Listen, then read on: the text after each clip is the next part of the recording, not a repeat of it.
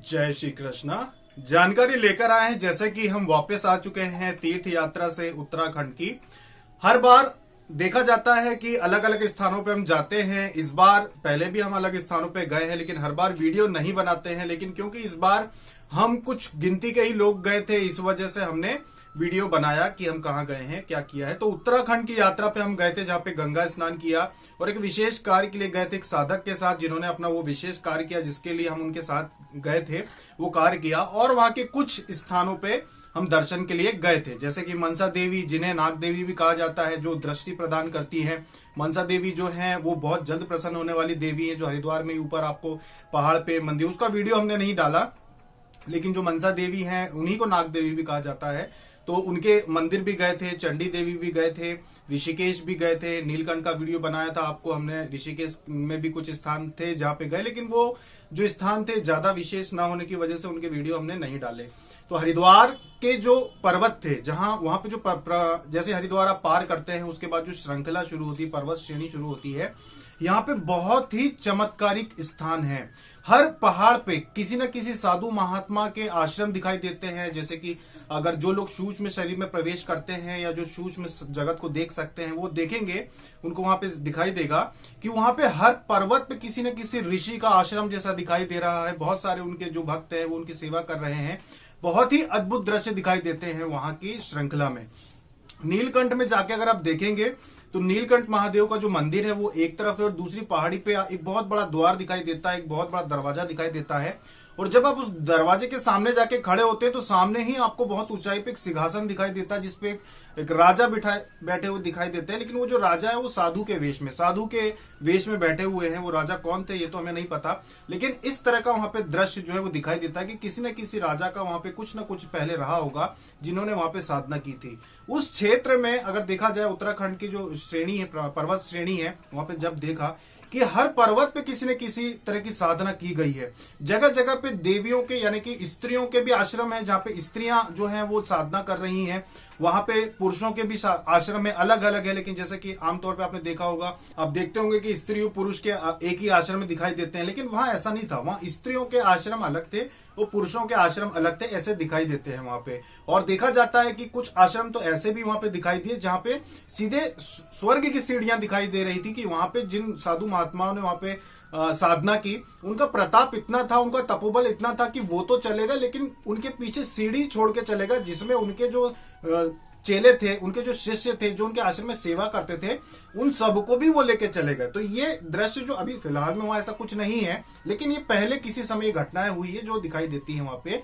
उन लोगों को, जिन लोगों को सूक्ष्म शरीर में जाने का जो एक लेवल होता है, जो कह सकते हैं कि एक स्थिति होती है, कि जो लोग वहां उस स्थिति तक जा सकते हैं, वो देखते हैं कि ये चीजें वहां पे दिखाई देती हैं कि गुरु तो गए अपने साथ शिष्यों को भी स्वर्ग लेके चले गए। तो ये स्थिति होती है, और ये जो स्थितियां होती हैं, ये उस स्थान पे, किसी भी स्थान पे जब ये होती हैं तो वो स्थान पवित्र हो जाता है बहुत ही अधिक।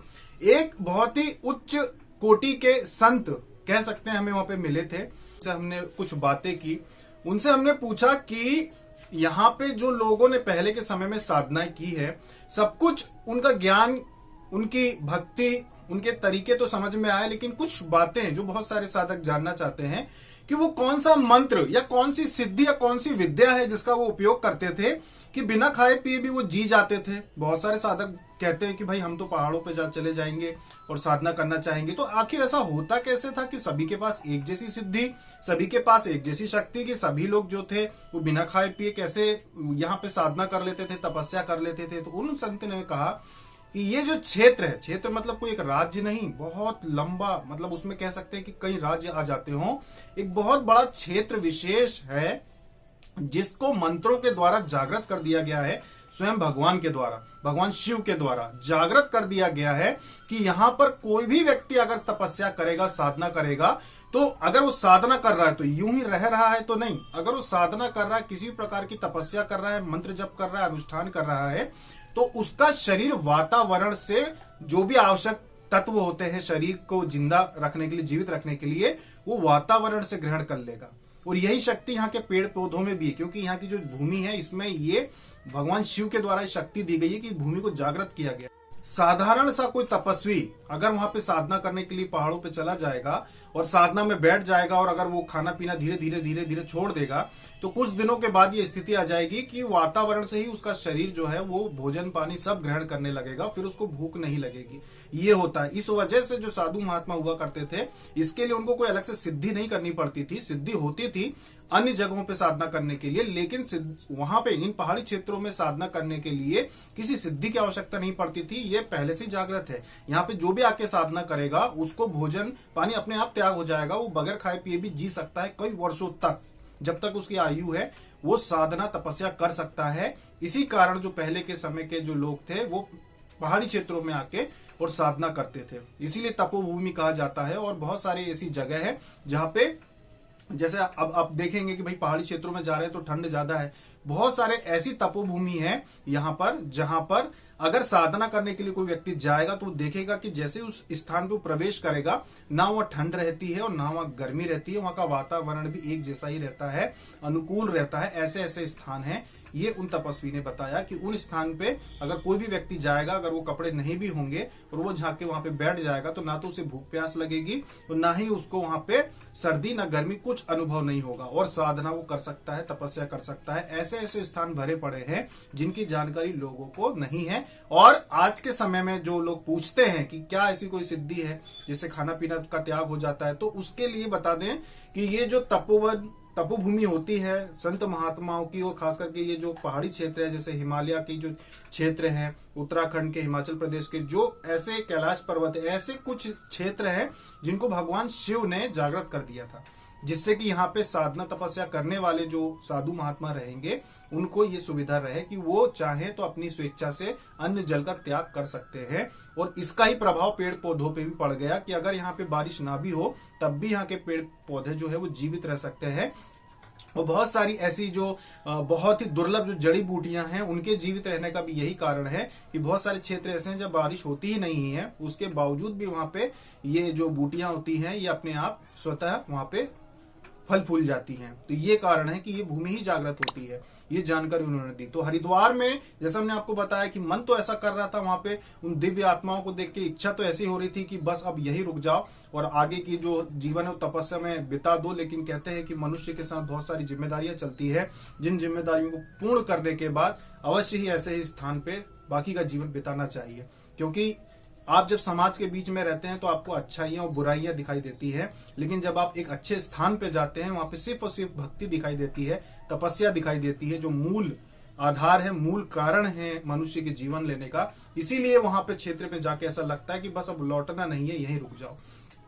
इतनी पावन भूमि हमने वहां पे जो है दर्शन किए हरिद्वार में। इतनी अच्छी जगह है वहां पे। बहुत सारे साधकों ने कहा कि पहले से बताया क्यों नहीं कि आप यहाँ पे आ रहे हैं, तो उसका कारण यही था कि हम थे जो किसी साधक के कार्य की वजह से गए थे वहां पे, उनको कुछ क्रिया करनी थी हरिद्वार में, तो वो लेके गए थे हमें, तो इसलिए हम उनके साथ में गए थे और उनके परिवार के लोग भी साथ में थे।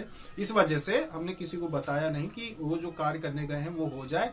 और समय जो था वो भी सीमित था कि कब कहाँ जाना है, पूरी तरह से निश्चित था कि एक एक घंटा जो था वो तय किया गया था कि कहाँ कितनी देर रुकना है और कब कहाँ जाना है। तो इसी वजह से पहले से बताया नहीं था।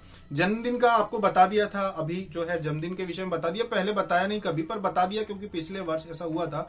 बहुत सारे साधकों ने कहा था कि आपने बताया नहीं। उन्होंने पूछा कि आपका जन्म दिवस कब है, जब हमने बताया तो उन्होंने ये कहा कि आपने बताया क्यों नहीं, पहले से बता देना था आपको। तो इसीलिए हमने सोचा कि चलो ठीक है, सभी को बता देते हैं। और ये पहला जन्म दिवस था हमारा जब इतनी बड़ी संख्या में लोगों ने, हजारों की संख्या में लोगों ने शुभकामनाएं दी।